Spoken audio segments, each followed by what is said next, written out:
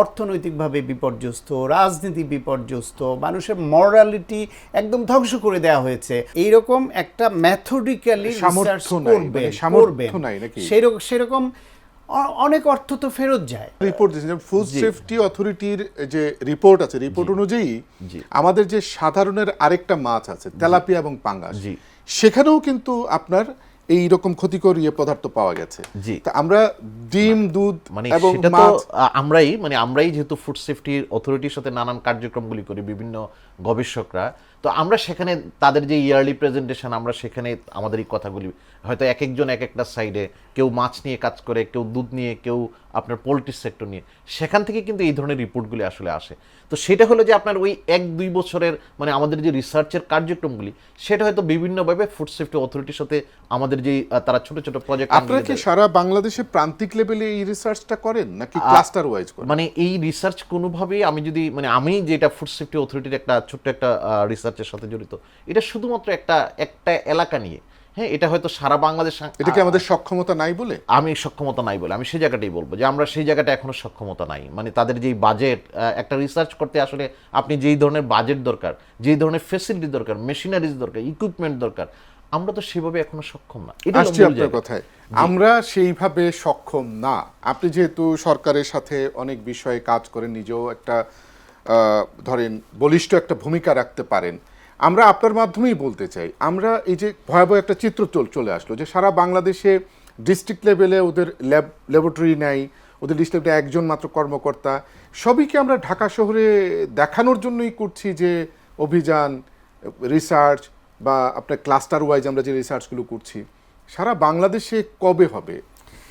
একটা হচ্ছে সরকারি ব্যবস্থাপনা, যে তারা সরকারিভাবে প্রত্যেকটা ইউনিয়ন পর্যায় পর্যন্ত কিভাবে তাদের ম্যান পাওয়ার, লজিস্টিক্স এবং এই যে ভেজাল ধরার মতো যেই সব লজিস্টিক্স দরকার সেগুলি সহ ওয়েল ইকুইপড করবে সরকারি সংস্থাগুলোকে, সেটা একটা চ্যাপ্টার।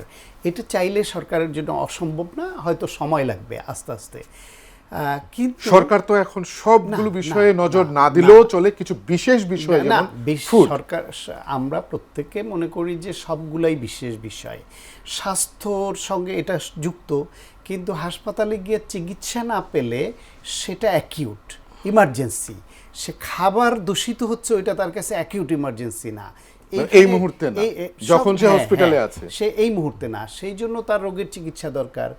চিকিৎসকদের হসপিটাল ইনফ্রাস্ট্রাকচার বাড়ানো দরকার, যে কোনো বাজেট বাড়ানো হয়েছে, উপজেলা স্বাস্থ্য কমপ্লেক্সগুলোকে দ্বিগুণ বেডের করা হবে। শিক্ষা, আমার শিক্ষা ধ্বংস হয়ে গেছে, সেটাও আমার গুরুত্বপূর্ণ। আমার এইখানে বিভিন্ন সেক্টর প্রতিষ্ঠানগুলো ধ্বংস হয়ে গেছে, সেটাগুলো নতুন করে রিবিল্ড করা খুব গুরুত্বপূর্ণ। ফলে বাংলাদেশ এমন একটা ভঙ্গুর অবস্থা, অর্থনৈতিকভাবে বিপর্যস্ত, রাজনীতি বিপর্যস্ত, মানুষের মরালিটি একদম ধ্বংস করে দেওয়া হয়েছে অনৈতিক কাজে প্র্যাকটিস, সেই ক্ষেত্রে অনেক ইনফ্রাস্ট্রাকচার বিপর্যস্ত। একটা প্রতিষ্ঠান, একটা সংগঠন, ইউনিয়ন লেভেলে আমাদের স্বাস্থ্য পরিচর্যার জন্য স্বাস্থ্য কেন্দ্র আছে, স্বাস্থ্য কেন্দ্র থাকে এক জিনিস, এবং সেখানে পর্যাপ্ত ফ্যাসিলিটিস এবং সেটা পালন করবার জন্য মানসিকতা, যে চিকিৎসক, যে স্বাস্থ্যকর্মী যাদের দেয়া হচ্ছে তারা সার্বক্ষণিক থাকা, এবং এটা চিকিৎসা শুধু চিকিৎসা না, চিকিৎসা সেবাটা দেওয়া। সেই জন্য তার ওইখানে একটা সেফ এনভায়রনমেন্ট লাগবে, তার ওইখানে আবাসন লাগবে, তার ওইখানে যাতায়াত লাগবে। সব কিছু মিলেই আমাদের একটা বিশাল কর্মযজ্ঞ, আমরা অনেক পিছিয়ে আছি। ফলে সবগুলা সরকারকে একসঙ্গে নজর দিয়ে এগুতে হয়। ফলে কোনো একটা বিষয় একদম পুরা চাইলাম একসঙ্গে হবে তা না, কিন্তু আমি যেটা বলতে চেয়েছিলাম যে সরকারিভাবে ওই সক্ষমতা, এটা এক জিনিস। আর একটা যেটা ভাই বললেন, গবেষণা, রিসার্চের জন্য বাংলাদেশে আসলে ফান্ডের অত অভাব না। রিসার্চার যারা, তারা দেশের মধ্যে সরকারি, বেসরকারি, বিশ্ববিদ্যালয় মঞ্জুরি কমিশন থেকে, বিশ্ববিদ্যালয় নিজস্ব এবং বিদেশি অনেক ফান্ড আছে। সমস্যা হচ্ছে আমাদের দেশে জেনুইনলি রিসার্চ করার মানসিকতা নিয়ে করবার মতো ওই রকম সংগঠন এবং ব্যক্তি খুব বেশি না, যারা এইরকম একটা ম্যাথডিক্যালি রিসার্চ করবেন। সেরকম অনেক অর্থ তো ফেরত যায়, আপনার রিসার্চ গ্র্যান্ট হিসেবে যে টাকা আসে বিশ্ববিদ্যালয় মঞ্জুরি কমিশন থেকে, বিশ্ববিদ্যালয়ে সে টাকা ফেরত যায়। সরকারি বিভিন্ন জায়গায় রিসার্চের জন্য যে টাকা দেয়, ফান্ড ফেরত যায়।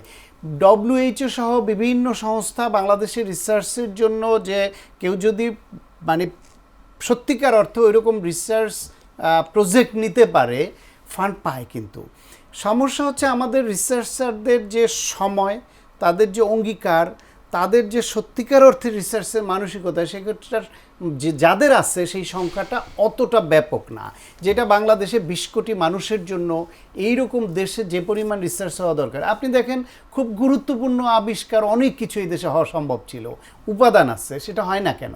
কারণ ওই মানে আমার দেশের এই রিসার্চার বিদেশে গিয়ে আবার করে, ফলে সেখানে ফ্যাসিলিটিস গুলো তার আছে, equipped একটা ফ্যাসিলিটিস facilities আছে, এবং সেও ওইখানে যেই মানের রিসার্চটা করার পরিবেশ পায়, এবং নিজের ওই যে আমাদের মানসিকতা সেখান থেকে আসছি আপনার বাংলাদেশে কাছে। আসলেই যেন আমাদের মানসিকতাটা কেমন হয়ে যায়।